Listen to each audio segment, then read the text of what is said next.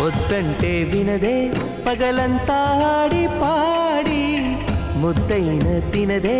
పరిగెత్తే పైడి లేడి చిలకల్లే చెవిలో ఎన్నో సులాడి పడుకోదే పన్నెండైనా ఏం చేయాలి